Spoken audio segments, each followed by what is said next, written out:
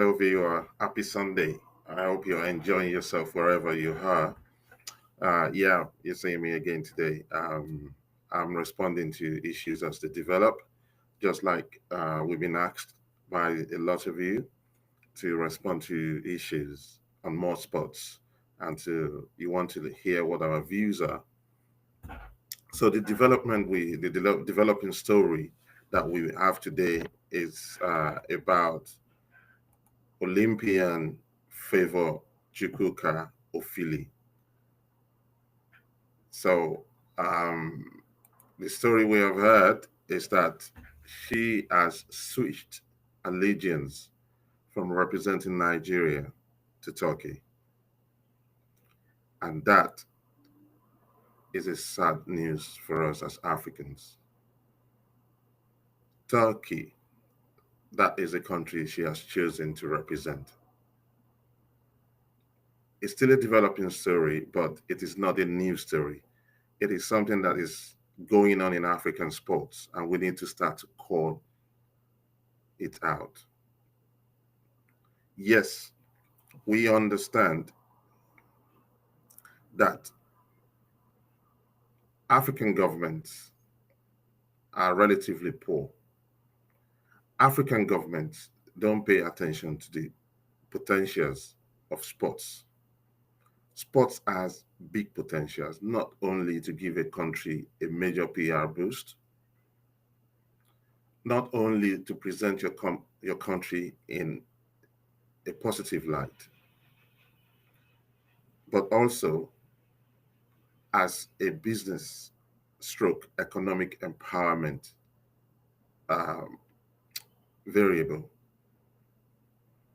So um, these are all the things that the administrators of African sports do not understand. So most of the sporting positions in Africa goes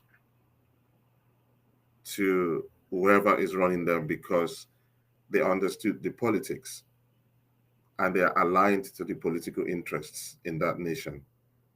And I think for Africa to go forward and to make the most of the potential that sports, bring, we need to start calling out the government. We need to start calling out the sports administrators, because I do believe we don't have administrators with vision and with understanding of what could be. They don't have agendas. They just want to collect money from the public till and spend it. That's it. They don't care about the athletes. But before I go into what has happened now, let us have a bit of background, right?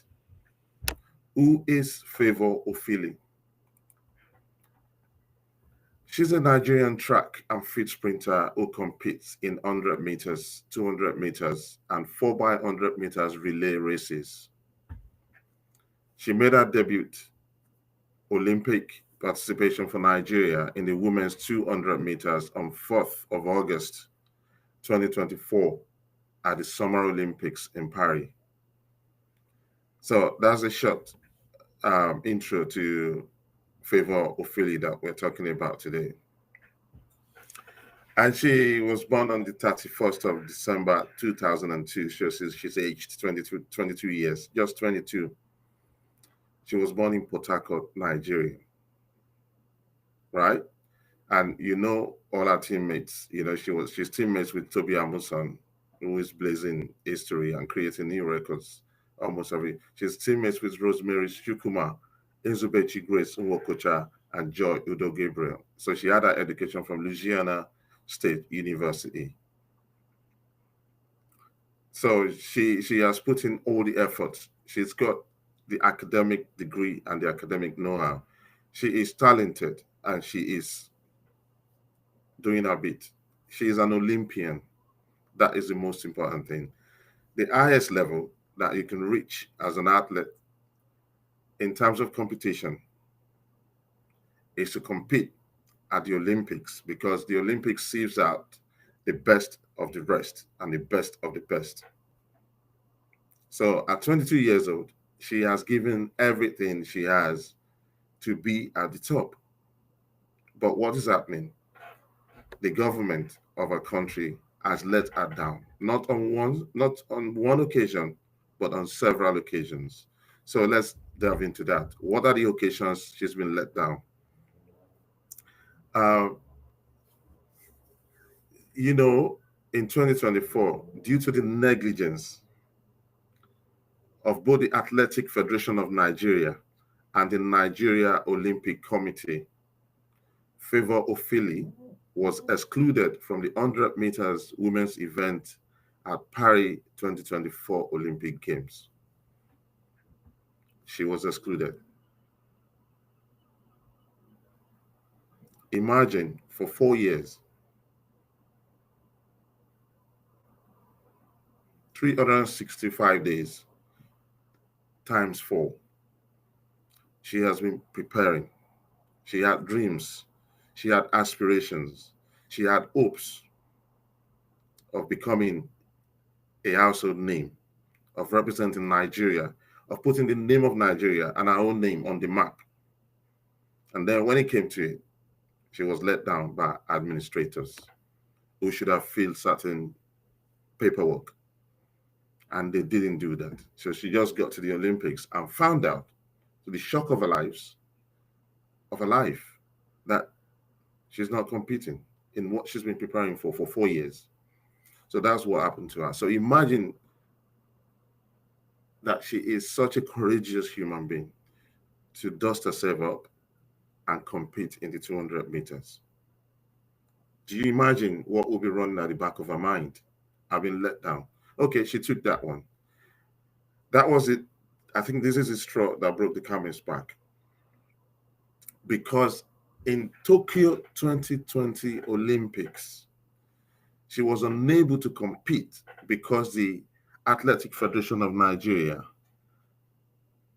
NADC, maybe the National Athletics, whatever, of Nigeria Council, and the Nigerian Olympic Committee, again, failed to provide adequate testing provisions and release funds for athlete testing, which prevented 14 Nigerian athletes from participating, including Favour Ofili. 14 people whose hopes and life's aspirations were dashed.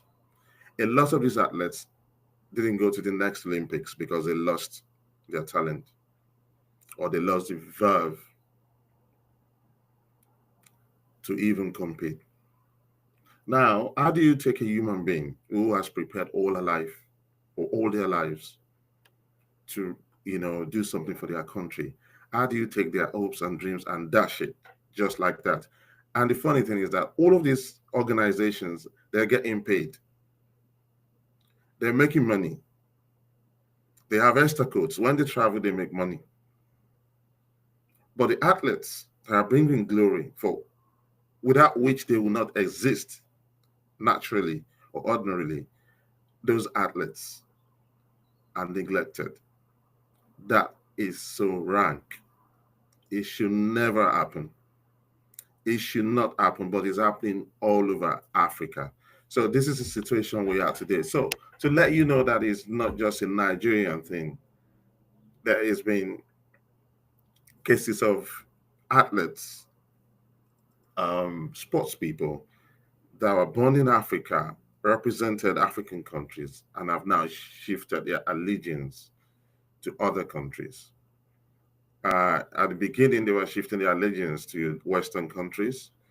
Nowadays, it's the Middle Eastern countries, and now countries like Turkey. So, just to mention a few, let's run through a few names. Winifred Yavi is a Kenyan-born elite steeplechaser that now ply is straight for Bahrain. He is also an Olympic champion. Lona Chemtai Salpeter was born in Kenya and is now a marathoner for Israel. Let that sink in. Daisy Jepkemai is Kenyan-born steeplechaser, is now competing for Kazakhstan. Isaac Kimeli was born in Kenya, is a middle distance runner for Belgium. Adam Jamili is a British sprinter with Moroccan Egyptian roots. So we can even take him out because, yeah, he is British essentially. He was born in Britain, but his parents were of Moroccan and Egyptian, makeup. But we'll come to that. The fact that some of these talents actually come from the West and other countries, and they want to represent, people from their country of birth, their parents' country. But that's not what we're talking today. Now we have Rabah Youssef, a Sudanese born, and he represents Great Britain at 400 meters.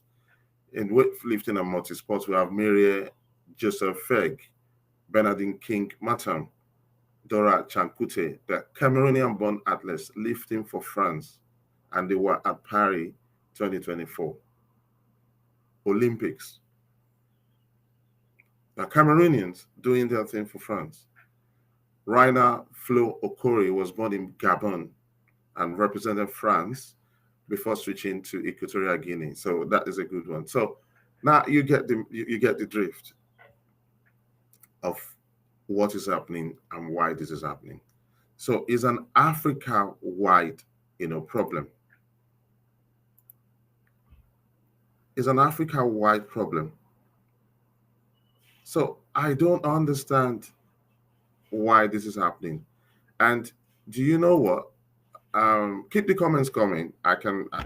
Kenny, you've made quite a lot of points in there, but I don't want to go into it now because I want to keep this short. It's a sad thing. We need to start calling out all of these administrators and governments who do not understand the aspirations of Africans. So we have, take Nigeria, for instance. After a population of about 220 million people are below the age of 40. Who do they look up to in terms of going into sports or sports business? When you don't have your own talent domiciled in your countries that your countrymen can go to watch, pay a fee to enter the stadium for, where is the hope and aspiration going to come from? Is it going to come from administrators or from politicians? No, it's not. And I will, go into reasons why. Before I do that, I'll cover one more step to let you know that this has been happening, in track and field events, and it's happening in football as well. So it's a really sad thing. If you take the case of Annette Echikunwoke, I hope I got the name right. She's an armor thrower. She was denied the chance to represent Nigeria at the 2020 Tokyo Games because of the country's non-compliance with drug testing requirements. So she switched allegiance to United States at the 2024 Olympics, and she won the silver medal. Olympian. She won the silver medal. That should be coming to Nigeria. She's part of those 14 athletes that were not allowed to participate due to administrative error by the Nigerian authorities in Tokyo Games. In 2024, that was in 2020. In 2024, she was winning medals. Okay, let's do one. We can take one more. You remember Sifan Hassan of Netherlands? She won the gold medal in the women's marathon of 2024 Summer Olympics in August 11, 2024 in Paris. She was a native of Ethiopia. Now she has won 3 gold medals in different events for the Netherlands. 3 gold medals. Do you understand what we're seeing here? This, not only do we have brain drain, we have talent drain. And all of these medals, you might say, oh, it's just sports. But countries survive on their reputations. Now, let me just quickly read out. Keep the comments coming.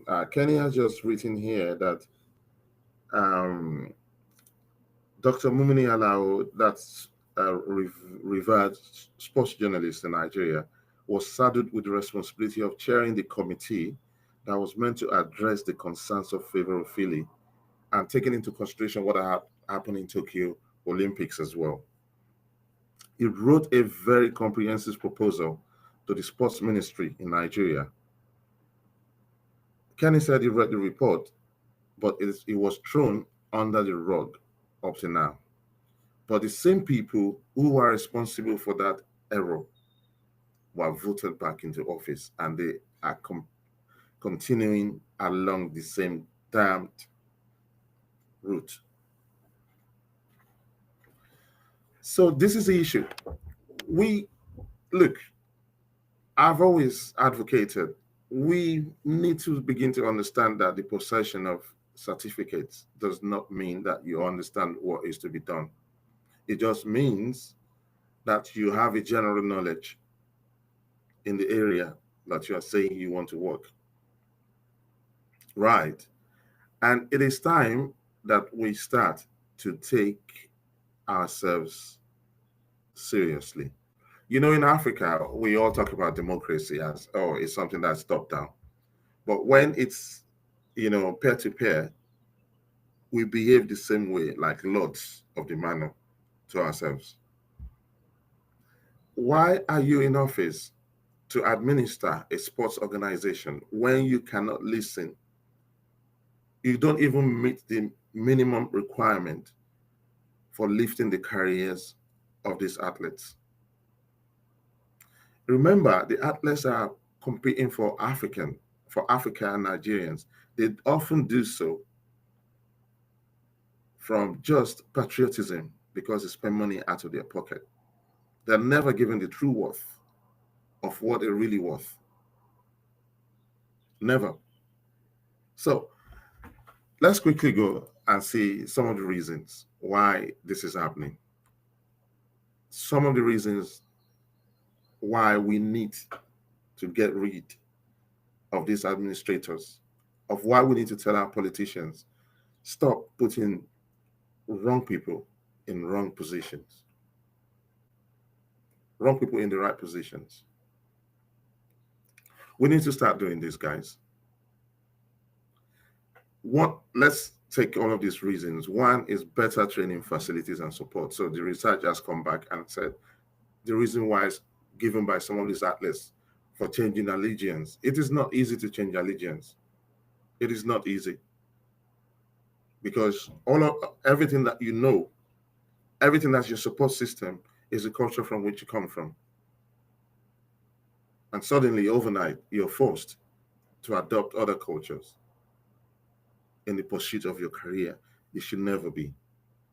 If you're changing passports, it should be that you made a conscientious decision on your own to do that, not that you're forced because of the incompetence and hard-heartedness of the people who are supposed to be your home. So one of the reasons they've given, number one reason is that Africa lacks better training facilities and support systems. And this is true. Where have you been? Probably only in Egypt, Morocco, South Africa, that you have access to world-class facilities if you're an athlete. So a lot of our countries, African countries, lack adequate sports infrastructure, coaching expertise, and medical support. Just one injury will end your career as an African, and nobody's going to support you. So you're going to go off begging on Facebook, on the internet. Now, the professional environment is thoroughly lacking in Africa. You know, in these countries that our athletes goes to, there are structured training programs. There is sports science to back what they're doing up. And there's long-term athlete development plans. The number two reason why these guys are changing allegiance is financial incentives. So okay, look, if you're if you just need to survive and with dignity. So if you represent your country and you're at the Olympics level, your future should be assured one way or another via different kind of systems that you can build together. I understand that because it's a feeder working. But you need to earn for what you're doing. So these athletes will look at it and say, look, I'm not even going to deal with what is happening. Just like we had, what's her name? Sifan Hassan did. She was not even selected, in our own country. And now she's gone out. She's won all the medals. So are you telling me that our talent was not there? It was not seen by the Ethiopian authorities? Or was it just, it was politics that pushed her out? And she's gone to Netherlands. She's got 4 gold medals. And she's won 2 at the Olympics. Do you get me? So we need to start to say these things, Where they go, they receive better salaries, sponsorships, appearance fees, and performance bonuses. And there's also government support. There's no way a government will not support sports in their country. Sports means so many things. Do you know, back in the ages, even the Olympics, the concept of Olympics stemmed out of patriotism and war. It was someone after the battle between the Greek and the Persians, and the Greek won against all odds. So someone ran 22 miles, to air out the good news. And that was where Olympics started from. You keep the whole country fit, keep your young ones focused. That's part of sports. So in other countries, government offers stipends, housing, and lump sum payments for medals. And look, in the consultancy business, this is something that we know. There are many ways in which you can generate income. But the problem we have in Africa is there are too many tone-deaf people who do not want to listen to expert opinions or advice from their own people. The money is there. We see how other countries have been able to afford it. Anyone who is competing for England is taken in for 4 years. They're going to be taken care of until the event. Now, because you don't have these two things, that's why you have the number 3 point that these guys are saying, that there's limited opportunities at home. Limited opportunities. So there's a fierce domestic competition. Countries like Kenya and Ethiopia have deep talent pools, making it hard for elite athletes to make national teams.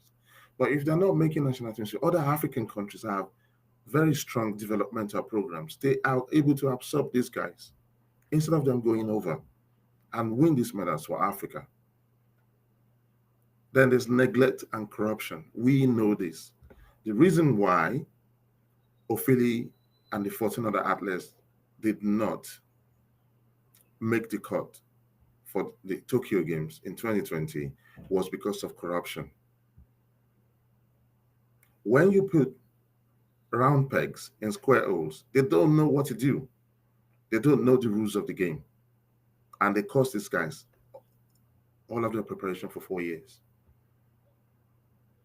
So they make our athletes feel undervalued and overlooked. And this is why these people don't want to do stuff for us anymore. Patriotism will not put food on your table. People need to have value. They need to have purpose. And they need to get paid. African leaders don't want to hear that other Africans have a right to legitimate earnings. They don't want it. So I don't get it. So we live in a world in which everything is fluid. What you know as identity is now fluid. We have Africans that are born elsewhere. They're coming back to Africa.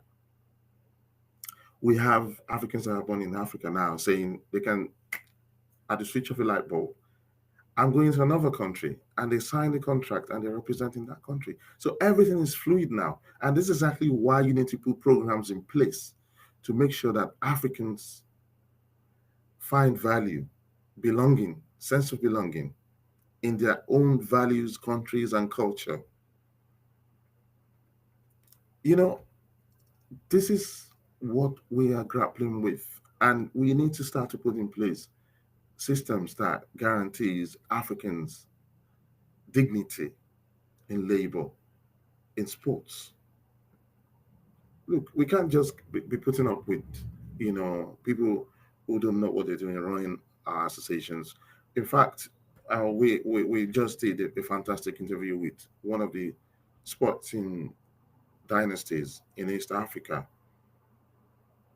And this is exactly what we're finding out. It was the same problems that the granddad grappled with in the 60s and 70s that the granddaughter is also grappling with today. Come on now. How many generations are we going to be telling these sub stories? So I don't think a lot of people have sent so many things to me, so many, documents and things to see, links and all of that. And I've read a lot of comments. And my immediate response to Favor Ofili is, if you sign a very good deal with the Turkish guys, take it. Go.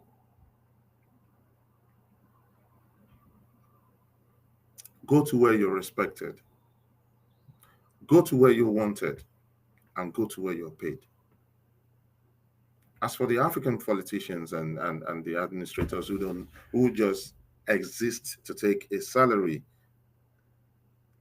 and block progress within African sports systems, shame on you. Shame on you. We need to start calling these things out. We can no longer fold our arms and allow these things to happen. You know, millions of Africans, the joy they get more joy in sports than in what your government does. That's a fact. They get more joy. So when they see Toby Amusan blazing and shattering records, they love it. They're happy. It lifts their spirit. When they see Usain Bolt doing what he does, do you know what it means to the rest of Africans? Every weekend, Africans watch top five European leagues.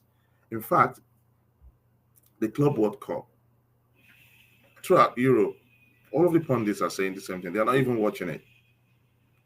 But look at the statistics that's coming out of South America and Africa. We're watching it so much because Mamelodi Sundowns is playing. Al Akli of Egypt is playing in there. And Africans are like, go, go, go, go, go, guys. We want to see you compete against the rest. You know, when a young kid is growing up on the streets of Africa, the first validations they get comes from sport. Now, if my sportsmen can compete with the best sportsmen in the world, then if I go to the field of science, if I go to any other field of human endeavor, I'm able to compete. This is the mental model that sports give to most Africans. A lot of people will not understand. My generations, when Tyson fought and won, we did not just see sports. We saw that the trampled peoples of Africa and black people everywhere in the world can actually do it, can be on the top. It was the same for Muhammad Ali when we watch his fights. So we need to begin to understand the impact that the sports have on the African continent. Apart from the fact that if these people trained in Nigeria, did everything in Nigeria or in Africa, in their own countries, just like Jamaicans found a way to do. Do you know what produced Usain Bolt? It was because the Jamaicans sat down and said, look, all of our athletes, Marlene Ote, she was getting burnout. She was not able to compete at the top of her sports because she was chasing money to survive on the on the American circuits, on the European circuits. And they said, we're going to domicile everything in Jamaica, the training, and we're going to use our culture, our environment, our systems, our infrastructure. And since then, they've produced Ashefa Power, they've produced Usain Bolt, they're producing fantastic athletes. Guys, I have to go now, but it is what it is. We have to call these things out. So I do hope you have a fantastic, week ahead of you. Uh, our athletes will cheer them, whoever they are representing, we will cheer them up because we know they've given that their best to us. And nobody can take them away from us. They are in our hearts. So, African leaders and African administrators, shame on you.